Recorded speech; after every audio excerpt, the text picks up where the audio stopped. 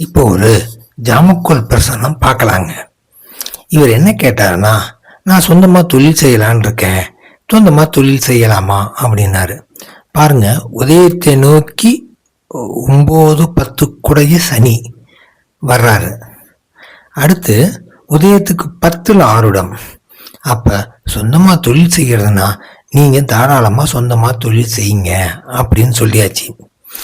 ஆனால் அதில் ஒரு நெகட்டிவ்னு ஒன்று இருக்கும்ல. ஒரு விஷயம் செஞ்சால் அதில் நம்ம எச்சரிக்கை இருக்க வேண்டிய விஷயம் அப்படின்னு ஒன்று இருக்கும். அது என்ன எச்சரிக்கையாக இருக்க வேண்டிய விஷயம்னா, ஒன்று, இவர் வீட்டில் வச்சுக்கிட்டுலாம் தொழில் பண்ணக்கூடாது.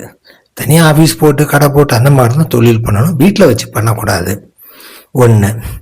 ரெண்டாவது, இந்த கவர்மெண்ட்டுக்கு என்னென்ன தேவையோ, அரசாங்கத்தினுடைய ரிஜிஸ்ட்ரேஷன், வரி, பதிவு பண்ணுறது, இதெல்லாம் கரெக்டாக ப்ராப்பராக செஞ்சு செய்யணும். ஏன் அப்படின்னா, சிம்மம் அப்படிங்கிறது அரசாங்க வீடு. அந்த அரசாங்க வீட்டில் போய் கைப்பு இருக்குது அப்படின்னா இவர் அரசாங்கத்துக்கு செய்ய வேண்டியதெல்லாம் முறையாக செய்யணும் அப்படின்னு அர்த்தம். கட்ட வேண்டிய வரியெல்லாம் ஒழுங்காக கட்டிடணும், ரிஜிஸ்ட்ரேஷன் பண்ணுறதெல்லாம் கரெக்டாக பக்காவாக ரிஜிஸ்ட்ரேஷன் பண்ணணும். அடுத்து, இவர் யாராவது ஒரு ப்ரொஃபஷனலாக ஆலோசகர் வச்சுக்கிட்டு செய்யணும். ஏன் ப்ரொஃபஷனல் ஆலோசகர் அப்படின்னா, உதயத்தை நோக்கி சனி.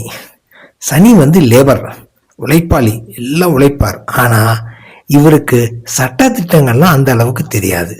சனிக்கு வேலையை சொன்னால் செய்யுமே தவிர, சனிக்கு சட்ட திட்டங்கள், இதை எப்படி செய்யணும் அப்படிங்கிற அந்த நுணுக்கங்கள்லாம் அந்த அளவுக்கு தெரியாது. அப்போ இந்த சட்ட திட்டங்களுக்கெல்லாம் இவர் ஒரு ஆலோசகர் வச்சுக்கிட்டு செய்யணும் அப்படின்னு அர்த்தம்.